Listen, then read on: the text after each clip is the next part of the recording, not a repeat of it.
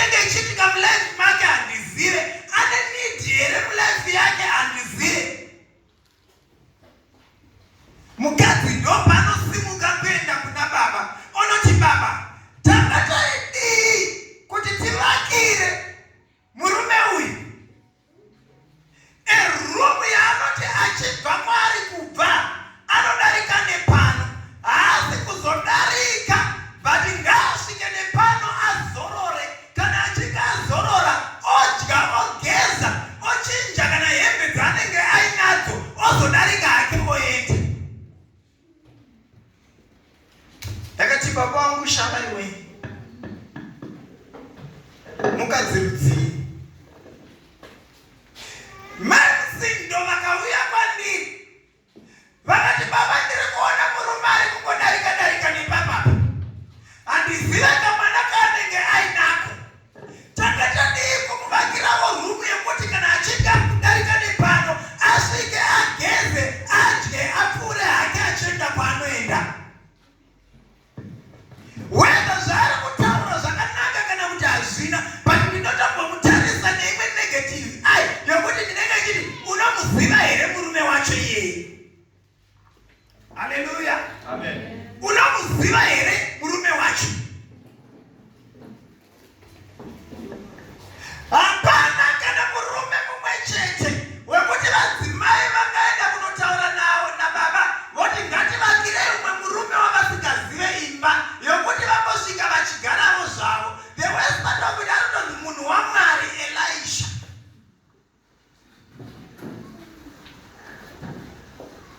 Chimbozvifunga kuti nemaitiro ako aya, chimbozvifunga kuti ukandiona ndichidarikawo mazuva 2-3 nepamba penyu zvikatozoita mistake yekuti ndatodyapo, wakonzi asi vanofunga kuti ticharamba tichivabikira kana kubaba wezo ukuramba wakungotisika kudarika nekundwa kwenyu. Vakutonzi baba vaya vakutoramba vachitisika kudarika neparoti paya nekuti zvatakavabikira zvacho zvinodini, zvinonaka. Ndomando dzevanhu vatava kurarama navo pazuva ranhasi, ndomando dzevanhu vari kurarama munyika. Ndokusaka uchiona most of the times tinogona kushaya zvatinoda nekuti Yesu pache zvedu hatipe.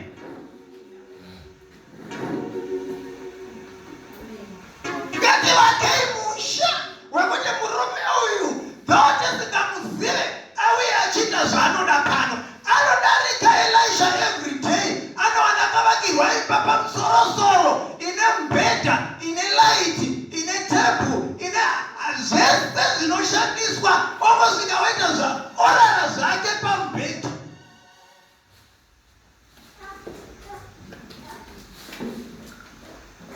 Mungavati vavati pamubhedha iwo uyo handiti tine hama Msindo hama dzavo dzosvika, hama dzedu dzosvika, especially I don't know, especially wabva kumurume osvika pamwe kambuya kapera basa kasvika kombuya tiwaita sei, vandavapusha masofa, havanorara zvavo muno mudhainini munomu, kuti vati taku chimbobuya urarewo mudhainini, mbuya vambonoraravo pamubhedha, kunzi mwana wangu wangarara pasi mwana.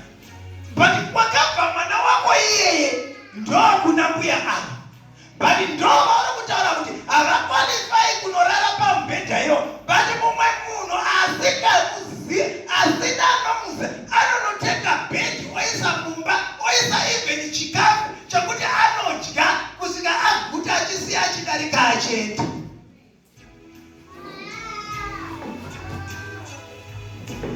Iwe hauna kumbokwanisa kana kuprovide even hama yako chaichaiwo wepadhuze newe, rega ndingokuchallenja kuti even sisi vako chaivo hautombodi kumuona.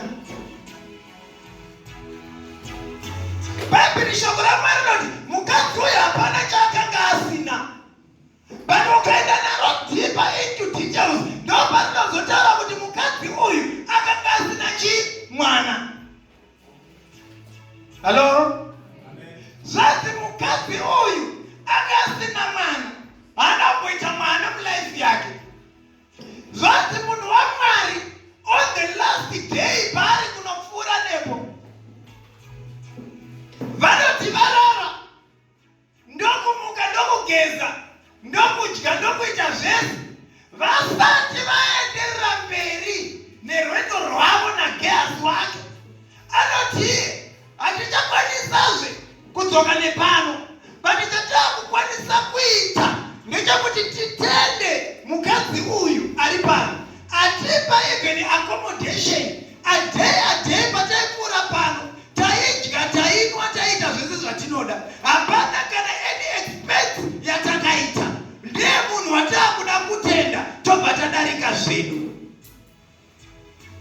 Hallelujah.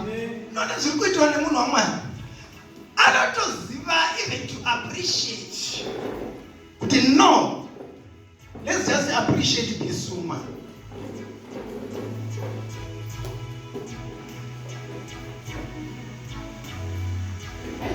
Gamuchira mastrangers vesese munhu angouya pinde mumba iraiso utomupa chikafu mangwana uchamona adzokazve hamuna makazara mupengo chichichi uchadzinga nemumwe atumwa naJehovha kwauri. Pane mudhara anofamba nemasaga ake masaga chauchao achifamba kana maitiro ake unotonzwa kuti apa hapana kumira musha zvokuti akakuvinga padhuze newe unotosukurukavo kudai soko. But unomona achipfuura neparoti pako apo akabata mazisaga ewaya. Hauna kana zuva hwaniro wakambwesawo mvura muchigubhu zvacho womutambidza nelofure chingwa risina kana kolona zvayo kungomutambidza ngoti akana ndikangomupa hachakubvi pano unogara chimuri pano zuva rimwe nerimwe handidi. Wakawana kupiko moyo wakaita saiwoyo. Mukadzi wazvinonzi akapa zvese zvaakanga ainazvo ndokunonzi kupa kusvika pekupedzisira asina kana even doubt mumwoyo make, asingateereri mbeu yadzvara mumunda.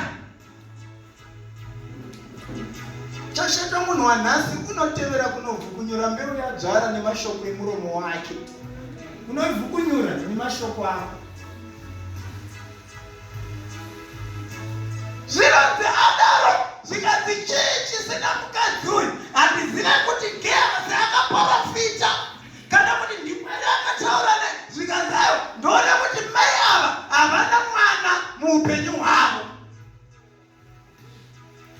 Zvikanzorai mashedzi gehazi anoenda ari kunoshedza the Shumanite woman.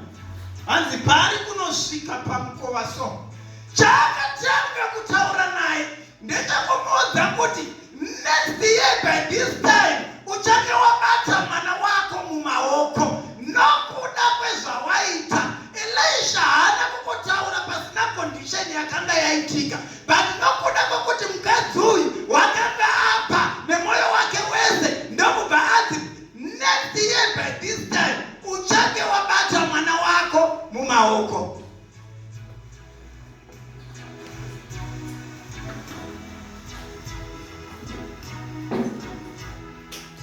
Pane mweya wakaimbozwa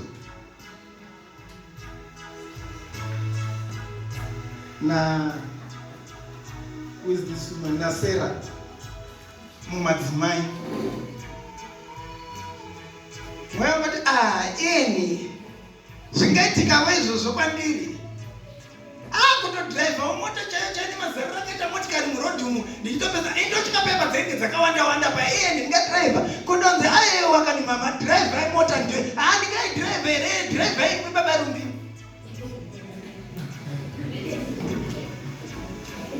Takusvika pamaupani pakazara motikari apa aiwa chimota kamwe yake kungozvidzikisira so. Zvirazve the Shumanite woman audzwa izvozvo kuti ndo